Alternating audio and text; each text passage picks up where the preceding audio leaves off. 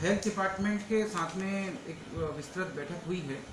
जिसमें जो ग्रामीण स्तर पे और शहरी स्तर पे जो ग्रास रूट लेवल पे काम कर रहे हैं, जो हमारी आरआरटी टीम कर रही है, एमएमयू कर रहे हैं, फीवर क्लिनिक संचालित हो रहे हैं, जो हमारे बीएमओ वर्क कर रहे हैं, उनके बारे में उनको क्या काम कर रहे हैं ये हमने अभी समझा है। और साथ साथ में हमने आगे के 10 दिन की रणनीति उनके साथ में डिस्कस की है कि एक एग्रेसिव रणनीति होनी चाहिए ताकि हम संक्रमण को रोक पाएं, सैंपलिंग की साइज़ हम बढ़ा पाएं, क्योंकि सैंपलिंग की साइज़ अभी लगभग 1400-1500 के आसपास चल रही है, जिसे बढ़ाकर हम 2000 प्लस करना चाह रहे हैं। तो उसके लिए जो लॉजिस्टिक के इश्यूज़ हैं, उनको क्या स्ट्रेटेजी करनी है, किनके सैंपल लेने हैं, फीवर क्लिनिक का क्या प्रोटोकॉल है, पूल सैंपलिंग कैसे लेते हैं, इन सब स्थिति को हमने शेयर किया है और उनके जो इश्यूज़ थे उनको एड्रेस किया है ताकि वो भी इफेक्टिवली वर्क कर पाएँ और हम भी अच्छा बेहतर रिजल्ट दे पाएँ। सर, किस तरह के इशू आए सामने? कोई मेजर इशू नहीं है, छोटे मोटे कोऑर्डिनेशन इश्यूज थे, तो कोऑर्डिनेशन इश्यूज को सॉल्व किया है। साथ साथ में हमने अर्बन एरिया में कल एक आदेश भी प्रसारित किया है जिसमें सभी वार्ड के लिए स्पेशल टीम बनाई है ताकि वहां पर इम्प्लीमेंटेशन ठीक से हो पाए। कंटेनमेंट एरिया को जो है सख्ती के साथ में हम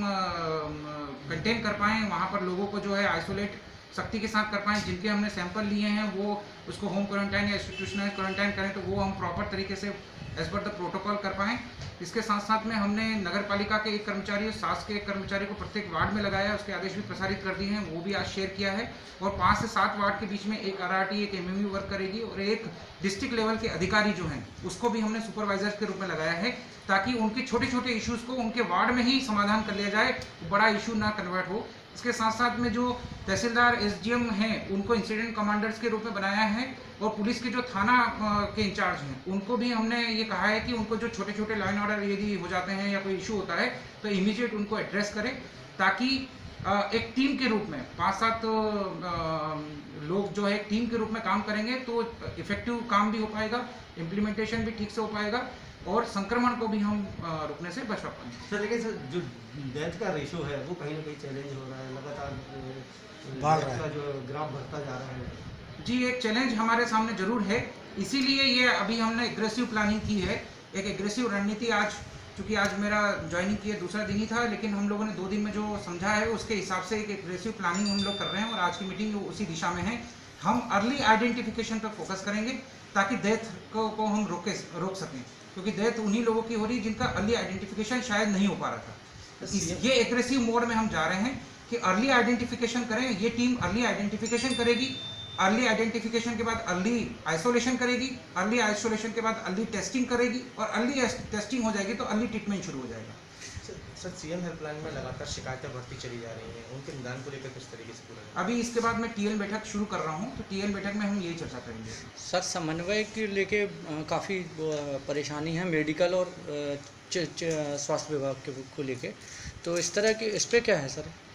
देखिए, आज की पूरी मीटिंग समन्वय पे ही थी। हम लोग, मैं विशेष फोकस जो है वो समन्वय पे ही कर रहा हूँ, जिसमें नगर पालिका के कर्मचारी अर्बन एरिया में और रूरल एरिया में ग्राम पंचायत के जो कर्मचारी हैं वो, हेल्थ डिपार्टमेंट कर्मचारी और लोकल एडमिनिस्ट्रेशन, ये तीनों के बीच में समन्वय प्रॉपर तरीके से स्थापित हो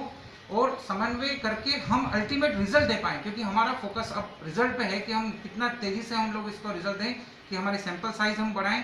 पॉजिटिव व्यक्तियों को जल्दी से जल्दी हम लोग किसी न किसी आइसोलेशन सेंटर्स में या आइसोलेशन होम आइसोलेशन में उनको ले जाएं, साथ साथ में उनका अर्ली ट्रीटमेंट शुरू हो जाए ताकि हम लोग किसी न किसी हद तक डेथ रेशो को भी हम लोग रोक पाएँ। सर, दूसरा ये सोशल डिस्टेंसिंग का पालन लोग अब नहीं कर रहे हैं। सोशल डिस्टेंसिंग के लिए हम लगातार प्रयास कर रहे हैं। कल इसके लिए कई सारे एंगल्स पे वर्क किया जा रहा है, इंसिडेंट कमांडर्स भी इस पे वर्क कर रहे हैं, हमारी तरफ से अपील भी हमने जारी की है, कल भी की थी। अपील के साथ साथ में कुछ अनुशासनात्मक कार्रवाई भी कर रहे हैं। अनुशासनात्मक कार्रवाई के बीच में यदि हम फिगर के रूप में देखें तो करीबन कल और परसों में 2 दिनों में 1100 लोगों पर 1,43,000 रुपये का फाइन भी लगाया गया है। जो व्यक्ति फाइन से मान जाता है तो ठीक है, अदरवाइज यदि उसके बाद भी नहीं होंगे तो 144 के तहत एफआईआर दर्ज। सर, लेकिन जो अभी आपका ये कार्यालय है उसमें नहीं होना चाहिए, बहुत सारे ऑफिसर कर्मचारी जो है वो ग्रुप के तौर पर बना के खड़े होकर बात कर रहे थे। नहीं, इसमें देखिए क्या है कि सोशल डिस्टेंसिंग का जो नॉर्म्स है वो सभी को पालन करना है, इसमें कोई दो राय नहीं है, लेकिन जब मीटिंग वगैरह होती है तो आने और जाते समय इस टाइप की स्थिति होती है। सोशल डिस्टेंसिंग में एक ये चीज़ देखी जाती है कि इन जनरल ये प्रैक्टिस ना रहे, एक जनरल प्रैक्टिस नहीं है। जैसे आज भी आप हमारी बाइट ले रहे हैं तो आप सभी लोग भी जो है पास में खड़े हुए हैं, तो पास पास में खड़े हुए हैं, लेकिन आप 2 मिनट 5 मिनट के लिए खड़े हुए हैं, कोई बहुत ज़्यादा शहर नहीं है, सभी लोगों ने मास्क पहन रखा है, मैंने भी, आपने भी पहन रखा है, केवल बाइट लेने के लिए 2 मिनट के लिए आप खड़े हुए हैं, फिर आप अलग अलग हो जाएंगे। तो यही चीज़ मीटिंग में भी और इस चीज़ में भी लागू होती है। लेकिन फिर भी हम लोग जो हैं आम जनता के लिए भी और सरकारी कर्मचारी के लिए भी यही व्यवस्था बना रहे हैं कि वो जहाँ तक हो सके, जितना ज़्यादा हो सके, वो सोशल डिस्टेंसिंग और मास्क पहने। यदि एसिम्टोमेटिक व्यक्ति है और वो मास्क पहन के रखा हुआ है तो भी संक्रमण का खतरा बहुत कुछ हद तक रोका जा सकता है।